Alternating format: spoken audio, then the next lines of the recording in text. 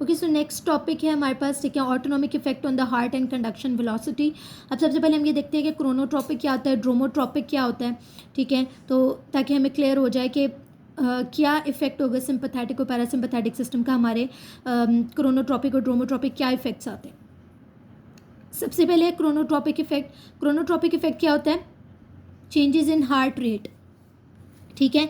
अगर negative chronotropic effect होगा तो हार्ट रेट डिक्रीज हो जाएगा, ठीक है, और पॉजिटिव क्रोनोट्रॉपिक इफेक्ट में हार्ट रेट इंक्रीज होता है, ठीक है। अब ये कैसे होता है कि नेगेटिव क्रोनोट्रॉपिक इफेक्ट जो होता है वो हार्ट रेट को डिक्रीज करता है bye decreasing the firing rate of S A node.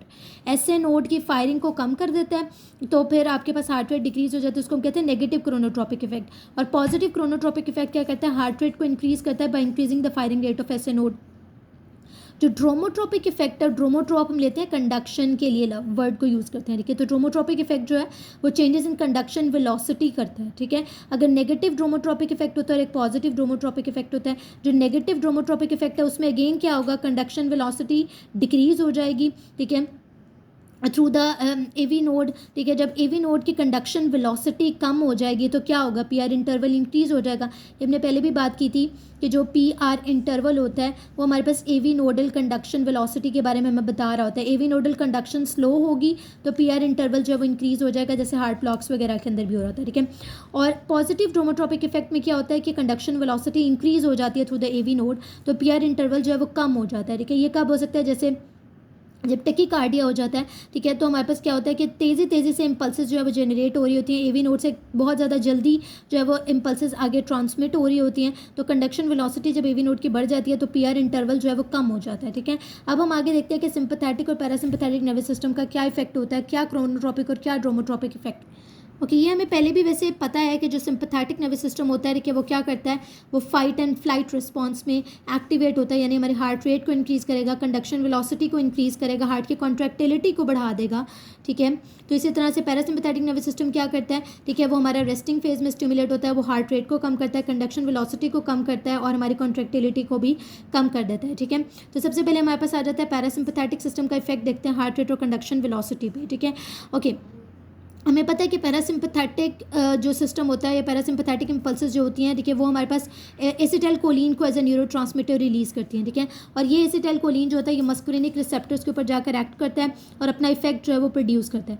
अब ये क्या करता है, जो पैरासिम्पैथेटिक सिस्टम है उसका नेगेटिव एनोट्रोपिक इफेक्ट है, नेगेटिव क्रोनोट्रोपिक इफेक्ट है, यानी वो हार्ट रेट को भी कम करेगा, कंडक्शन वेलोसिटी को भी कम करेगा, और जब वो कंडक्शन वेलोसिटी को कम करेगा तो वो पीआर इंटरवल को थोड़ा सा प्रोलॉन्ग कर रहा होता है, ठीक है। ओके, तो नेगेटिव क्रोनोट्रॉपिक इफेक्ट में क्या है कि decreases the heart rate by decreasing the rate the rate of phase 4 depolarization, ठीक है, यानी कि जो फेज 4 ये बात हो रही है एस नोडल एक्शन पोटेंशियल की, ठीक है, जिसमें फेज 4 डीपोलराइजेशन फेज हमने पढ़ा था, ठीक है, हमने कहा था स्लो डीपोलराइजेशन फेज होता है फेज 4, ठीक है, उसको उसके रेट को ये कम कर देता है, हार्ट रेट को भी कम कर देता है, ठीक है। और ये नेगेटिव क्रोनोट्रॉपिक इफेक्ट कैसे प्रोड्यूस करता है? हमने कहा था फेज 4 में जो आपके पास स्लो डिपोलराइजेशन हो रही होती है वो क्यों हो रही होती है, कि वो ड्यू टू सोडियम इनफ्लक्स हो रही होती है, इनवर्ट सोडियम करंट की वजह से हो रही होती है बाय द फनी चैनल्स। ये क्या करता है, ये उन फनी चैनल्स की एक्टिविटी को कम कर देता है, सोडियम इनवर्ट कम करंट आएगा, जब सोडियम का इनवर्ट करंट कम आएगा तो phase 4 depolarization in the S node जो होगी वो भी कम हो जाएगी, जब उसका रेट कम हो जाएगा तो अल्टीमेटली हार्ट रेट कम हो जाएगा, ठीक है। तो इस तरह से ये नेगेटिव क्रोनोट्रॉपिक इफेक्ट देता है। Parasympathetic nervous system as a negative chronotropic effect, neurotransmitter कौन सा होता है? एसिटाइलकोलिन होता है। एक्ट किस पे करता है? फेज 4 डीपोलराइजेशन पे एक्ट करता है, और जो आपके पास सोडियम का इनवर्ट करंट होता है उसको प्रिवेंट करता है थ्रू द फनी चैनल्स, ठीक है, डिक्रीज कर देता है activity of the funny channels को।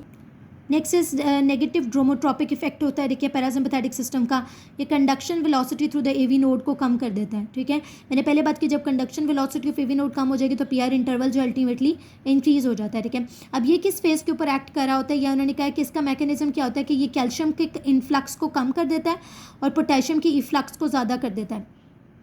पोटेशियम ज़्यादा बाहर जाएगा और कैल्शियम कम अंदर आएगा, तो नेगेटिव ड्रोमोट्रॉपिक इफेक्ट जो है ये प्रोड्यूस कर रहा होता है, ठीक है।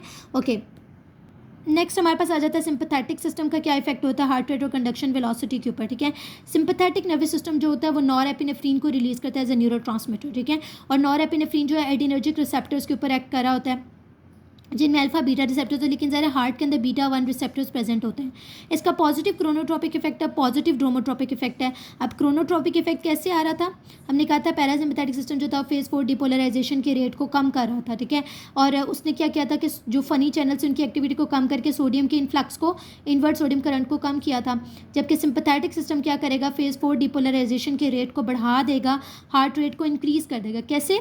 कि ये बिल्कुल उसके ऑपोजिट फनी चैनल्स की एक्टिविटी को इंक्रीज़ कर देगा, इन्वर्ट सोडियम करंट ज़्यादा हो जाएगा तो डीपोलराइजेशन ऑफ द एसिनोड हो जाएगी। जब डीपोलराइजेशन ऑफ एसिनोड हो जाएगी तो हार्ट रेट इंक्रीज़ हो जाएगा। और पॉजिटिव ड्रोमोट्रोपिक इफेक्ट होता है, यानी कंडक्शन वेलोसिटी को भी इंक्रीज़ कर देता है। कैसे इंक्रीज़ करता है? ठीक है, कि जितना जल्दी ये जो है वो conduction velocity through the AV node को बढ़ा देगा तो पीआर इंटरवल जो है वो कम हो जाता है, ठीक है। अब ये कैसे उसको इंक्रीज़ करता है कंडक्शन वेलोसिटी को? कि ये इनवर्ट कैल्शियम करंट को जो है वो इंक्रीज़ करता है। पैरासिम्पैथेटिक सिस्टम क्या कर रहा था? इनवर्ट करंट को डिक्रीज़ कर रहा था। यहाँ ऊपर देखिए वो इनवर्ट करंट को डिक्रीज़ कर रहा था और पोटेशियम के इफ्लक्स को इंक्रीज़ कर रहा था। ये क्या कर रहा है? ये इनवर्ट करंट को इंक्रीज़ कर रहा है, इसकी वजह से ये कंडक्शन वेलोसिटी को इंक्रीज़ कर रहा है। क्योंकि जो कंडक्शन होनी है ना एस नोड एवी नोड, वो फेज़ आपने पढ़ा है कि फेज़ 0 जो रैपिड अपस्ट्रोक होता है वो क्यों आ रहा होता है? वो इसी वजह से आ रहा होता है क्योंकि कैल्शियम का इन्फ्लक्स हो रहा होता है। अगर कैल्शियम का इन्फ्लक्स नहीं होगा, इन्वर्ट कैल्शियम करंट नहीं होगा तो कंडक्शन वेलोसिटी भी कम हो जाएगी, ठीक है, जिसकी वजह से जो है वो आपके पास नेगेटिव ड्रोमोट्रोपिक इफेक्ट आता है। लेकिन सिंपैथेटिक नर्वस सिस्टम क्या करता है? कैल्शियम करंट को इंक्रीज़ करा के पॉजिटिव ड्रोमोट्रोपिक इफेक्ट जो है वो प्रोड्यूस कराता है, ठीक है। सो आई होप ये आपके पास सिंपैथेटिक और पैरासिम्पैथेटिक का इफेक्ट जो है क्लियर हो गया होगा। ओवरऑल यही है कि जो सिंपैथेटिक सिस्टम है वो आपका स्टिमुलेट कर रहा है हार्ट को, हार्ट रेट को इंक्रीज़ कर रहा है, कंडक्शन वेलोसिटी को इंक्रीज़ कर रहा है, जबकि जो पैरासिम्पैथेटिक सिस्टम है वो हार्ट रेट को और कंडक्शन वेलोसिटी को डिक्रीज़ कर रहा है।